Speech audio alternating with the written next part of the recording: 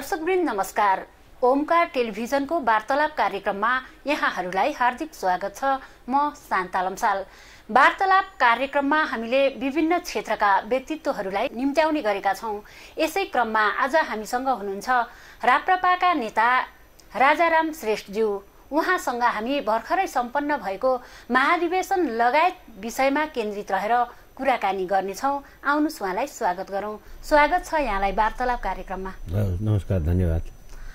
यहाँहरूको अब महाधिवेशन भर्खरै सम्पन्न भएको छ हैन? राजेन्द्र लिङदेनले चाहिँ कमल थापालाई 227 मतले पराजित गरी विजय हुनुभएको छ हैन? यो विजयलाई चाहिँ यहाँले कसरी हेर्नु भएको छ? यो राजेन्द्र लिङदेनजीले राप्रपाको अध्यक्षमा विजय हासिल गर्नुभयो। त्यो कुनै अस्वाभाविक र अनपेक्षित घटना होइन। राप्रपाभित्रका नेता कार्यकर्ताहरूले मात्र होइन, पार्टीका हजारौं शुभचिन्तकहरूले पार्टीको नेतृत्व परिवर्तन गरेर पार्टीलाई नयाँ सिराबाट, नयाँ ढङ्गबाट, नयाँ कार्ययोजनाका साथ, नयाँ जोस जाँगर र उमङ्गका साथ हिँडाउनु पर्छ भन्ने उनीहरूको आवाज छँदै नै थियो, उहाँहरूको मनसा छँदै नै थियो। अहिले देशको जुन वर्तमान गम्भीर परिस्थिति छ, त्यो गम्भीर परिस्थितिबाट मुलुकलाई मुक्त तुल्याउनुको निमित्त राप्रपा जस्तै एउटा राष्ट्रवादी प्रजातान्त्रिक वैकल्पिक शक्ति राष्ट्रिय राजनीतिबाट झन्डै छाया परेको अवस्थाबाट मुलुकमा भएका समस्याहरू समाधान हुनुको बदला झन थप जटिलताहरू, झन थप समस्याहरूमा देश फस्दै जाने क्रम जुन बढ्दो छ, त्यसको निमित्त राष्ट्रिय प्रजातन्त्र पार्टी एउटा अग्रणी शक्तिको रूपमा स्थापित हुनुपर्छ भन्ने चाहना छँदै नै थियो। त्यो चाहना अनुरूप अहिले नेतृत्व परिवर्तन भएको छ। भनेपछि यसमा खुसी हुनुहुन्छ यहाँ? अब नेतृत्व परिवर्तन भएर पार्टीले एउटा सकारात्मक दिशा लिने, पार्टी गतिहीन र दिशाहीन अवस्थाबाट गुजिराखेको थियो, अब यसले गति लिन्छ, एउटा दिशा यसले पक्रन्छ भन्ने कुरो भएपछि यसलाई हामीले म मात्र होइन, सबै यो मुलुकलाई माया गर्ने, सबै एउटा राष्ट्रवादी चिन्तन बोकेर राजनीतिमा जानुपर्छ भनेर त्यो मान्यता राख्नेहरू सबै नै खुसी भएका छन्। जस्तै कमल थापा आफू पराजित भएपछि चाहिँ पूर्व राजा ज्ञानेन्द्रले आफूमाथि नाङ्गो हस्तक्षेप गरेको जुन आरोप लगाउनु भएको छ हैन, उहाँ आफै राज संस्थाको चाहिँ मुद्दा बोकेर हिँड्नु भएको मान्छे कमल थापा हैन, यो आरोप चाहिँ अहिले किन लगाउनु भएको छ? यहाँको धारणा होइन, अब त्यो राज संस्थाको नाङ्गो हस्तक्षेपको कुरा त परै जाओस्, यसमा राज संस्थाको हस्तक्षेपको थोरै पनि गन्ध पनि छैन। त्यो राज संस्थालाई एउटा पार्टीको निर्वाचनमा को व्यक्ति पराजित वा विजयी गराउने भन्ने त्यो कुनै सरोकार राख्ने विषय नै होइन। तर अहिले पछिल्लो समय चाहिँ उहाँले यही कुरा चाहिँ यो कुरा उहाँले भन्नु होला, यो नभन्नु पर्ने कुरा भन्नुभयो, नभन्दा बेस हुन्थ्यो। यो कुराले उहाँलाई फाइदा पुग्न गएको छ जस्तो मलाई लाग्दैन। राज संस्था भनेको एउटा पार्टीभित्रको कोही नेता कार्यकर्ताले पराजय गराउने वा विजय गराउने भन्ने त्यो कुनै स्वार्थ नै हुँदैन। देशभरिका सबै राजनीतिक दललाई नै समान दृष्टिकोणले हेर्ने त्यो संस्थाले एउटा व्यक्तिलाई हेरेर एउटा पार्टीभित्रको व्यक्ति विशेषलाई तलमाथि पार्ने, कसैलाई हच्याउने वा कसैको व्यक्तित्व बढाउने भन्ने कुरा त्यसमा चाहिँ मलाई बिल्कुलै त पत्यार लाग्ने विषय भएन। मैले मात्र होइन, अरूले पनि पत्याउने कुरा नै होइन। राज संस्था हामीले किन खोजेको भने त्यो संस्थाले निष्पक्ष ढङ्गबाट नेतृत्व दिन सक्दछ।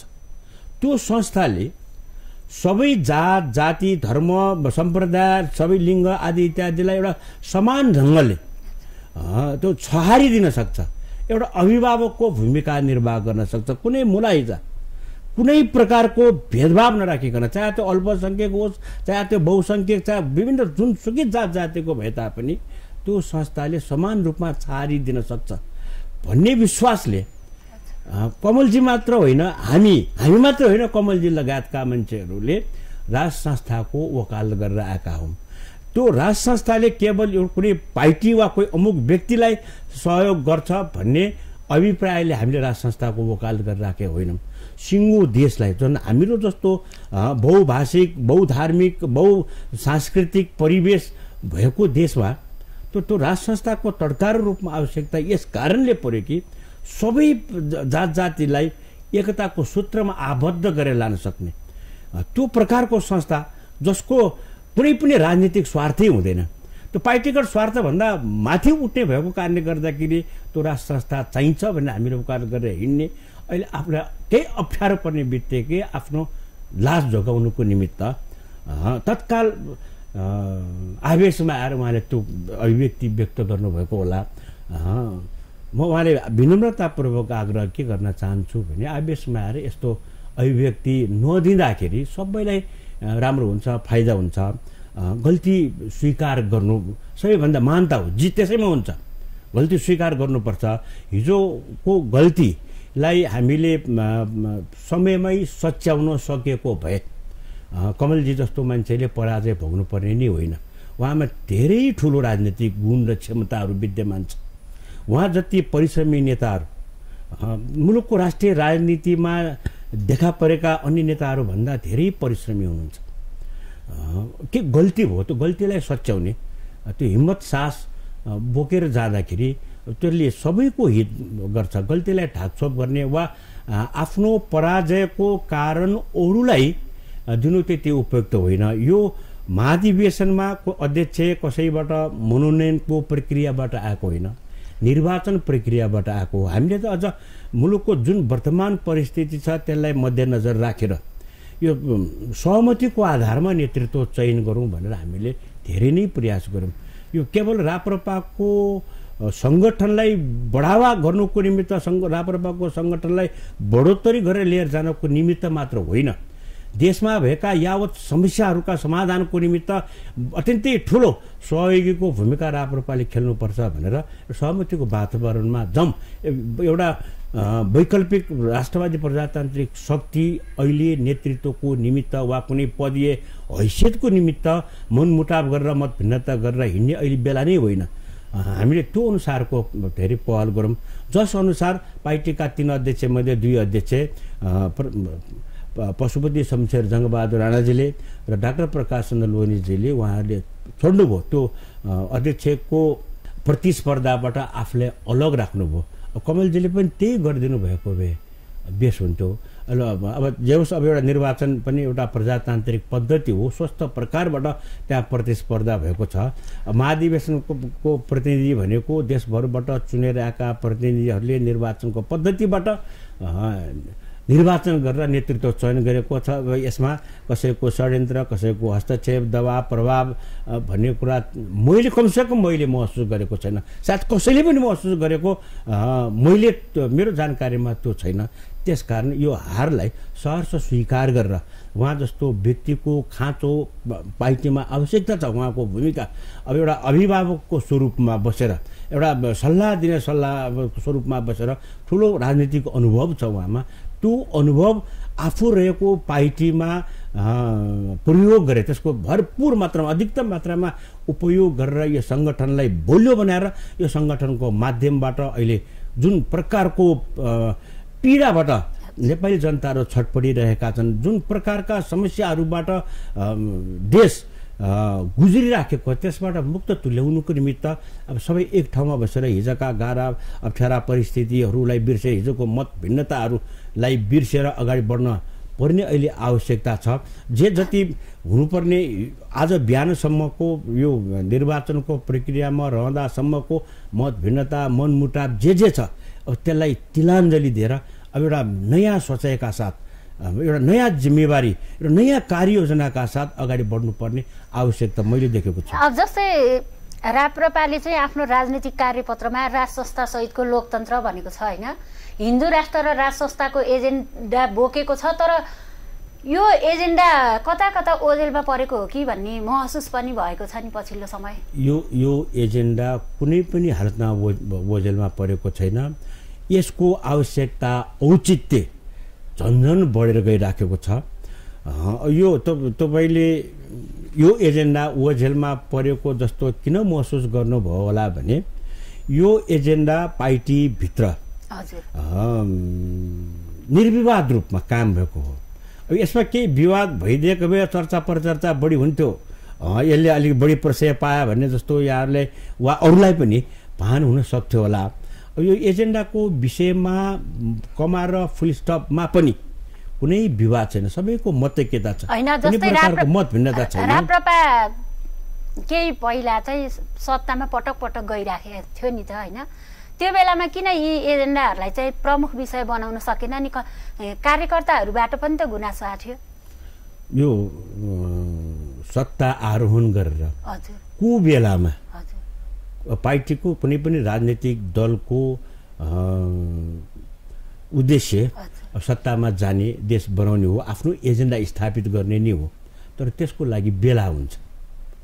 मलामी जाँदाखेरिको लाउने लुगा र जन्तीमा जाँदाखेरि लुगा फरक हुनुपर्छ। अब मलामी जाने बेला टाई सुट लाएर एकदम मनोरञ्जनका म्युजिक बजाएर जाँदाखेरि त्यसले नकारात्मक असर गर्छ। मलामी जाँदाखेरि त मलामीकै प्रवृत्ति हुनु पऱ्यो नि। जन्ती जाँदाखेरि जन्तीकै जस्तो हुनु पऱ्यो। अब सङ्गीतहरू त्यस्तै हुनु पऱ्यो, खानापिना त्यस्तै हुनु पऱ्यो होइन। यता फरक हुन्छ, सबैको त्यो बेलाको कुरा हो। जुन बेलामा राप्रपा सत्तामा गयो त्यति बेला जनताको आदेश सत्तामा जाने थिएन। सत्तामा जाँदाखेरि जनताले के महसुस गरे भने राप्रपालाई दिएको जनादेश वा राप्रपालाई दिएको मतको दुरुपयोग भएको मतदाताहरूले महसुस गरे। त्यसै कारणले गर्दाखेरि राप्रपाले कमजोर सङ्गठनको महसुस गर्नु पर्यो।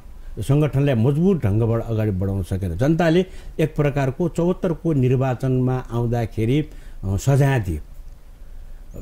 यद्यपि त्यो सरकारमा जाँदा वा अन्य काम कुराहरू गर्दाखेरि तपाईँले संविधानको प्रावधानहरूलाई पनि स्वीकार गरेर सत्तामा जानुभयो। यो पार्टी सत्तामा गए र यो एजेन्डालाई ओझेलमा पारेको भने जुन प्रकारको तपाईँले कुरा गर्नुभयो त्यो वास्तवमा जान नहुने नै अवस्था थियो।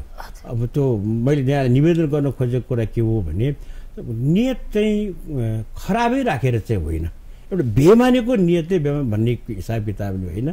कहिलेकाहीँ असल मनसायले जाँदाखेरि पनि त्यसको असर नकारात्मक पर्दो रहेछ। त्यो नकारात्मक असर पर्यो। मान्छेले वा पार्टीले वा कसैले काम गर्दै जाँदाखेरि गल्ती पनि हुनसक्छ। त्यो गल्तीलाई समयमै सच्याउन सकिने अवस्था भयो भने जनताले माफ गर्न सक्ने अवस्था हुन्छ। अब कुरा के हो भने अब गल्ती गर्दै जाने नसच्चिने हो भने त्यसले हानि नोक्सान गर्छ कि सच्चिन तयार हुनुपर्छ।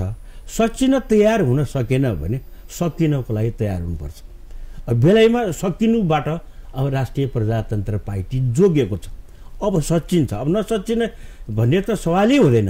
अब यो नेतृत्व परिवर्तन चाहिँ एउटा सच्चिनेको एउटा प्रथम पाइला हो। अब जस्तै 2076 साल फागुनमा तत्कालीन राष्ट्रिय प्रजातन्त्र पार्टी र राष्ट्रिय प्रजातन्त्र संयुक्तको बीचमा जुन एकीकरण भएपछि यो पहिलो महाधिवेशन भनिएको छ होइन? हो। यसलाई एकताको महाधिवेशन पनि भनिएको छ होइन? त्यसो भए अहिलेको यो रिजल्टले कस्तो सन्देश दियो जस्तो लाग्छ यहाँलाई? हो, यो एकताको महाधिवेशन भनेर हामीले किन भन्यौँ भने तपाईँले भन्नुभयो चाहिँ राप्रपा र तत्कालीन राप्रपा संयुक्तको बीच यो एकता भएर भएको अधिवेशन यो एकताको महाधिवेशन हो। त्यही यो एकताको महाधिवेशन भएको कारणले गर्दाखेरि सहमतिकै वातावरणमा यसलाई सम्पन्न गरौँ भन्ने हाम्रो पहल प्रयास विफल भयो। निर्वाचनको पद्धतिबाट गयौँ। अब सबैलाई सच्चिने बेला हो। एउटा रियलाइजेसन भएपछि त्यो महसुस गरिसकेपछि गल्ती भयो, हिजो भन्ने गल्ती भयो भन्ने महसुस गरिसकेपछि त्यसलाई सच्याउने, आफू सच्चिने त्यो हिम्मत र आँट अब सबैले गर्नै पर्दछ। मैले अघि नै भने नि यो गल्ती हुन्छ, काम गर्दाखेरि गल्ती गरेकोलाई चाहिँ सच्याउँदै गयो भने त्यसले नकारात्मक असर गर्दैन। अब त्यो नसच्चिने भनेपछि त्यो के सकिने हो। त्यो अब सबै एक ठाउँमा उभिएर अब कसैले हार भनेर निराश मान्नुपर्ने अवस्था पनि छैन। कसैले जित भयो भने त्यसको उन्मादमा अरू कसैलाई नसमेट्ने कुरा पनि गर्नु हुँदैन। अब सबैले सबैको सम्मान गर्ने, सबैले सबैको श्रद्धा गर्ने, आस्था गर्ने, विश्वास गर्ने, भरोसा गर्ने वातावरण निर्माण गरेर यो केवल पार्टी बनाउनुको निमित्त होइन, देशको खातिर। अब हामीले देश र जनताको कुरा गर्ने अनि आफ्नै खल्ती भर्ने, लोकतन्त्रको ठुल्ठुलो कुरा गर्ने अनि आफ्नै खल्ती भर्ने जुन प्रकारको राजनीति नेपालमा हाबी भएर गइरहेको त्यसलाई रोक्नै पर्छ।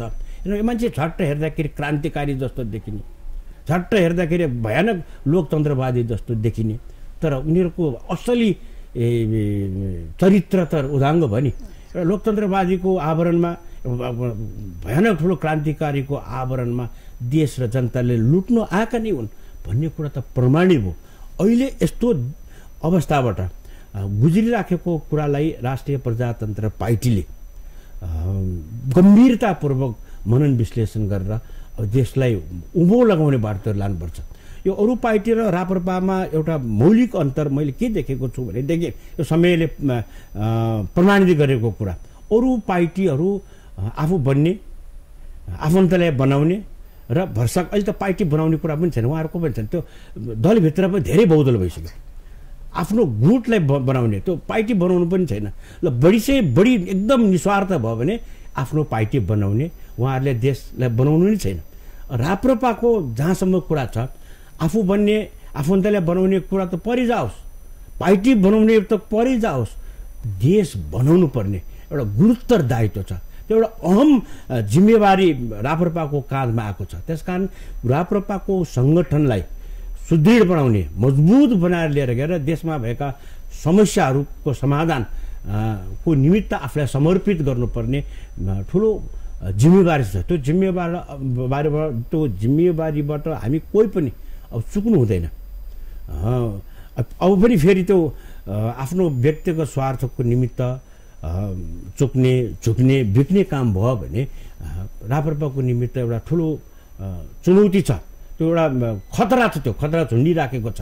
एउटा निस्वार्थ ढङ्गबाट अहिले अगाडि बढ्न सक्यो भने यो पार्टीको भविष्य अत्यन्तै राम्रो छ। अत्यन्तै नेपाली जनताले श्रद्धा, आस्था, विश्वास, भरोसा गरेको पार्टी हो यो। विगतमा केही कमी कमजोरी भए, केही गलत काम गर्न नहुने काम गरे, गर्नुपर्ने काम भएन, हुन सकेन। त्यो कारणले गर्दाखेरि अब कमजोर अवस्थामा रह्यो।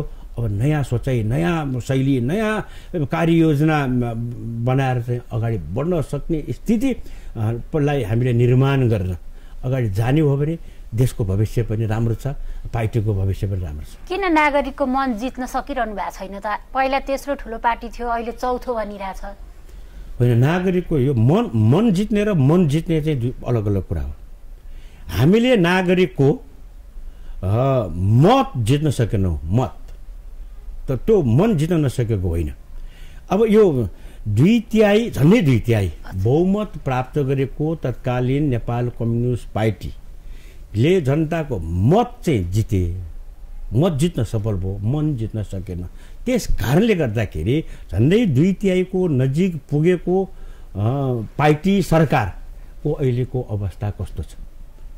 एउटा तहस नहस भएर केवल 23 सिट जितेको पार्टीको संसदीय दलको नेतालाई घर घरमा गएर धार चाहिँ सरकार बनाइदिनु पर्यो भन्नुपर्ने स्थिति आयो। त्यो कारण के? मत त जित्यो भने मत मात्र जितेर नपुग्दो रहेछ। जबसम्म जनताको मन जित्न सक्दैन त्यसले स्थायित्व वा स्थिरता प्राप्त गर्दैन रहेछ भन्ने त अहिले प्रमाणित भयो नि।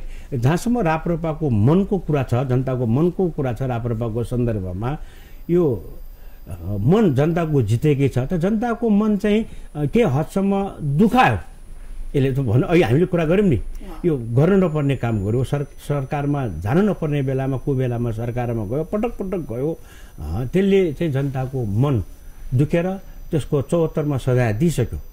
अब राप्रपा सचिएर जाने हो भने जनताको निमित्त एउटा साँच्चैकै राष्ट्रवादी प्रजातान्त्रिक शक्ति को रूपमा राप्रपालाई लैजानको निमित्त जनतामा अर्को विकल्प नै छैन। अब त्यो जनताले विकल्पको रूपमा हेरिराखेको पार्टीले कुनै पनि प्रकारको बदनियत नराखिकन अगाडि बढ्ने हो भने अहिले मैले भने अब राप्रपाले केही गर्छ देशको निमित्त, जनताको निमित्त र देश र जनताको निमित्त अन्य राजनीतिक दलले गरेको बेमानी हेरेर वाक्क दिक्क र आक्रोश भइराखेको नेपाली जनताको त्यो मन जित्नको लागि धेरै जनताको धेरै मन जित्नको लागि अहिले एउटा उपयुक्त वातावरण सिर्जना गर्नुपर्छ। त्यसको निमित्त राप्रपाका नेता कार्यकर्ताहरू चाहिँ एउटा निस्वार्थ ढङ्गबाट देशको स्वार्थ नै सर्वोपरि स्वार्थ हो भनेर लाग्यौँ भनेदेखि सबैको भलो हुने अवस्था छ। यो महाधिवेशनले म त के भनिराखेको छु भने यो राप्रपाको महाधिवेशनले केवल राप्रपाको सङ्गठन निर्माणको निमित्त मात्र होइन, यो जनताको यावत समस्या समाधान गर्नको निमित्त मेची महाकालीका जनताहरूको एउटा मन जित्नको निमित्त तपाईँले मनको कुरा गरिहाल्नुभयो।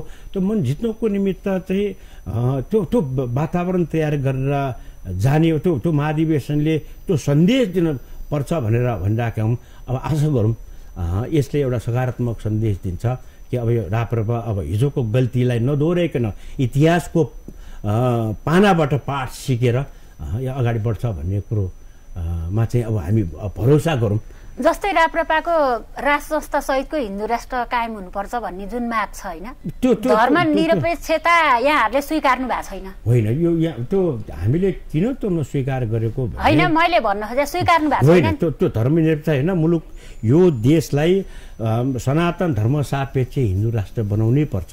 त्यो सनातन धर्म सापेक्ष हिन्दू राष्ट्र नेपालले बनाउने भनेको अर्थ अन्य धर्मावलम्बीहरूले अन्य धर्महरूलाई चाहिँ निषेध गर्नुपर्छ, उनीहरूको गतिविधिमा बन्देज लगाउनुपर्छ भने के मात्रै होइन। यस्तो प्रकारको हिन्दू राष्ट्र नेपालको जुन हिन्दू राष्ट्रले बौद्ध धर्म, किराँत धर्म, सिख, जैन, मुस्लिम हरेक प्रकारको धर्मलाई पनि संरक्षण गर्न सक्ने, त्यसको नेतृत्व गर्न सक्ने प्रकारको सनातन धर्म सापेक्ष भन्नाले अब हामी समभाव सबैलाई एउटा समदृष्टिकोणले हेर्न सक्ने, उनीहरूलाई पनि निर्बाध रूपमा आफ्नो धार्मिक गतिविधिलाई अगाडि बढाउन सक्ने प्रकारको हामीले हिन्दू राष्ट्रको कुरा गरिराख्छौँ। कसैले नेपाल अरू पनि धर्मावलम्बीहरू छन् यहाँ, यो चाहिँ खालि हिन्दू धर्म मात्रै के वा हिन्दू राष्ट्र मात्रै किन भन्ने प्रश्न गर्छ।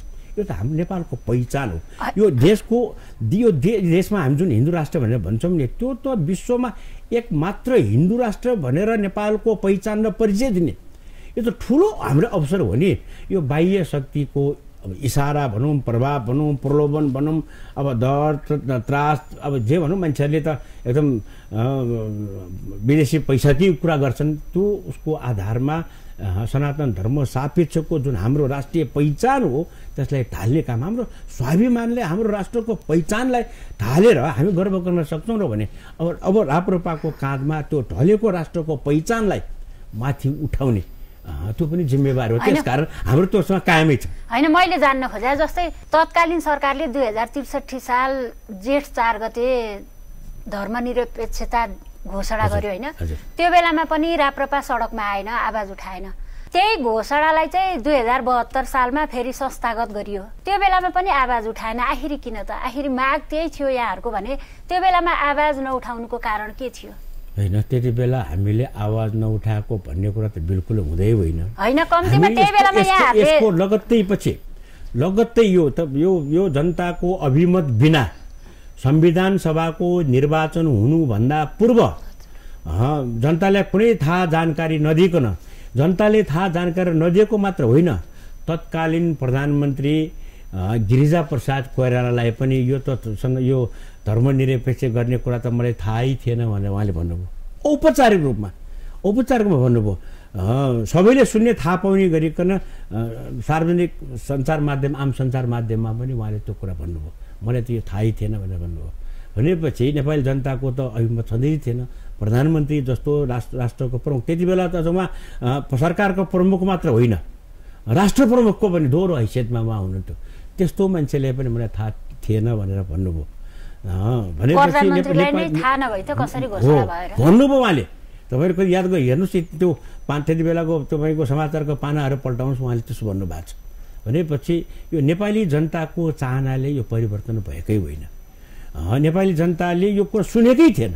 तपाईँको यो 12 बुँदे समझदारीमा यो नेपाललाई धर्मनिरपेक्ष बनाउने वा नेपालको सनातन धर्म सापेक्ष हिन्दू राष्ट्रको पहिचानलाई समाप्त पार्ने भन्ने कहाँ लेखिएको थियो? कहाँ नेपालबाट राष्ट्र संस्थालाई समाप्त पारेर राष्ट्र संस्थालाई पाखा लगाउनु भन्ने कहाँ लेखिएको थियो? न त जनआन्दोलनको माग थियो, न त 12 बुँदे समझदारीमा थियो। अब अहिले त्यतिखेर मैले तपाईँले किन उठाउनु भएन 62-63 भन्नु पनि त्यति बेला हामीले उठाएकै हो। त्यति बेला हाम्रो त्यो घाँटी न्याक्ने घाँटी अठ्याउने हाम्रो हात खुट्टा बाँध्ने काम गरिरहेको थियो। हामीले त्यो कुनै सभा समारोहमा जाँदाखेरि एकदम साङ्घातिक रूपमा आक्रमण गर्ने कतिपय हाम्रा साथीहरूले शहादत पनि प्राप्त गर्नुपर्ने कुरा भयो।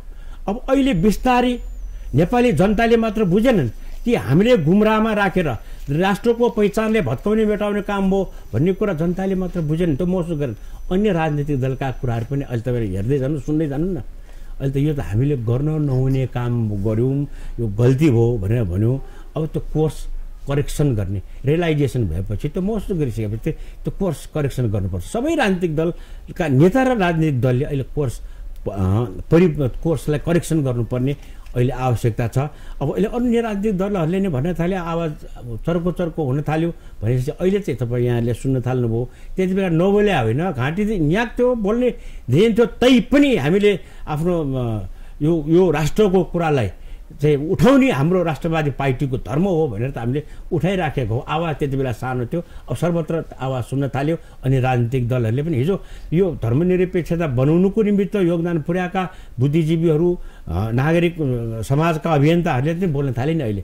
अहिले चाहिँ बोलेको जस्तो महसुस भयो। त्यति मात्र होइन, यो मुलुकमा परिवर्तन गर्नुको निमित्त बाह्य शक्तिको प्रायोजन के कति थियो भन्ने कुरा त अहिले किताबहरूमा पनि कूटनीतिहरूले, विदेशी कूटनीतिज्ञहरूले किताबमा पनि यो कुराहरू उल्लेख गर्न थाले। अब धेरै कुराहरू छर्लङ्ग हुन थालिसकेका छ नि अहिले त। जस्तै अब अहिले देशमा पछिल्लो समय भ्रष्टाचार त्यत्तिकै बढेको छ होइन, महँगी उत्तिकै बढेको छ। यो विषयमा पनि राप्रपा अलिकता गुपचुप नै रहेको हो कि भन्ने चाहिँ नागरिकहरू हो। तपाईँले भनेको कुरा सबै राप्रपाले जे गरिराख्यो, जे भनिराखेको छ गरिराखेको छ, सबै पर्याप्त छ, गरिराखेको छ, ठिक छ भनेर म भन्दिनँ। यी इस्युहरूमा जे जति ढङ्गबाट राप्रपाको धारणा र राप्रपाको गतिविधि यिनीहरूको विरुद्ध, यी विकृति विसङ्गति भ्रष्टाचार महँगीको विरुद्ध हुनुपर्ने हो, त्यसमा नितान्त कमी हो। ढाकछोप गर्ने पक्षमै म छैन। भएको कुरा यथार्थ कुरालाई चाहिँ सहर्ष स्वीकार गर्नुपर्दछ। अहिले त्यति मात्र हो र भनेको म बारम्बार मैले के भनिराखेको छु भने अहिले मुलुकको स्थिति कस्तो छ भने सरकार त्यो रिमिट्यान्सबाट चलिराखेको, सरकारसँग आय नै छैन। सरकारको आम्दानी भन्दा अपराधी माफिया तस्करहरूको आय बढी छ। अनि त्यो अपराध गरेर कमाएको तस्कर र माफियाको पैसा राजनीतिमा जथाभावी छरिदिया छ। अनि जताततै विकृति विसङ्गति कालोबजारी भ्रष्टाचार महँगी आदि इत्यादि भइराखेको छ। जस्तै एमसीसीको विषयमा पनि राप्रपामा हुन्छ। अब एमसीसीको विषयमा पनि आफ्नो धारणा आधिकारिक रूपमा सार्वजनिक गर्ने बेला भयो। त्यो एमसीसी पास गर्ने वा नगर्ने भन्ने विषयमा संसदको स्ट्रेन्थ हेरेर, संसदको ताकत हेरेर राप्रपासँग त छैन, केवल एक सिट हो, त्यो छैन। तथापि यो विषयमा चाहिँ राप्रपाले अब आधिकारिक रूपमा मुख खोल्ने बेला भइसकेको छ। यो भने नि, यो तपाईँको एमसीसी मात्र होइन, 62-63 सालको परिवर्तन पछाडि नेपाली जनमानसलाई विभिन्न बहानामा विभाजित बनाउने र नेपाल र नेपालीलाई कमजोर बनाउने एउटा सुनियोजित ढङ्गबाट खेल अगाडि बढेर गइराखेको छ। भाषाको नाममा नेपाली जनताले एक आपसमा लडाउने, वेशभूषाको नाममा लडाउने, धर्मको नाममा नेपाली जनतालाई लडाउने, झगडा गराउने र क्षेत्रीयताको आधारमा हेर्नुहोस् न विभाजन गरेर नेपाली जनताले गर्ने। अब हुँदा एमसीसीको पनि नेपाली जनताको मन विभाजित भएको छ। नेताहरू जति ठुल्ठुला ठाउँमा बस्ने नेताहरू जति पास हुनुपर्छ भनेर भनिराखेका छन्, जनतालाई यो पटक्क मन पराएकै छैन। यो सहयोग भन्ने कुरो स्वेच्छाले लिने र दिने कुरा हो भने हामीले सहयोग गऱ्यौँ, तिमीले लिनै पर्छ, नलिकन हुँदैन भन्ने कुरामा खोट देखिन्छ नि। लिने स्वेच्छाले हो, लिने भए लिऊ, नलिनु हामी लिन्नौँ भनेर हात जोड्यो भनिसकेपछि त्यसले लिनै पर्छ भन्ने कुरा गर्दाखेरि त्यसमा नेपाली जनताले यसमा खोट देखिराखेको छ।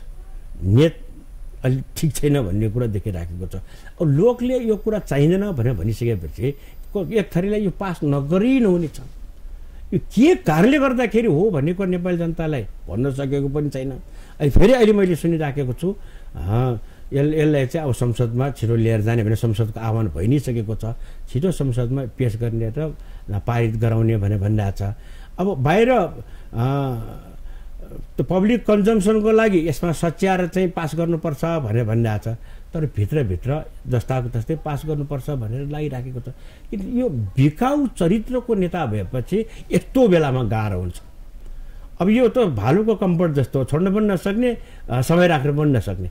अब यो एमसिसी पास गरौँ, जनता यसको विपक्षमा, अब नगरौँ, आफू बिकिसकेको छ, नुन खाइसकेको छ, अवस्था परिस्थितिमा छ। त्यस कारण यो जहाँसम्म राप्रपाको कुरा छ, अब यसमा राप्रपाले आधिकारिक धारणा बोकेर आउनुपर्छ, चाँडै नै आउँछ भन्ने कुरा विश्वास गरौँ। यहाँसँग कुराकानी धेरै बाँकी नै थियो, हामी अब समयको अन्त्यमा आयौँ है। यहाँको आफ्नो महत्त्वपूर्ण विचारको लागि धेरै धेरै धन्यवाद। र मेरो पनि धेरै धेरै धन्यवाद, नमस्कार। यो हाम्रो कार्यक्रम हेरिरहेर बस्नुहुने सम्पूर्ण आदरणीय दिदीबहिनी दाजुभाइहरूलाई मेरो हार्दिक अभिवादन छ। नमस्कार, धन्यवाद।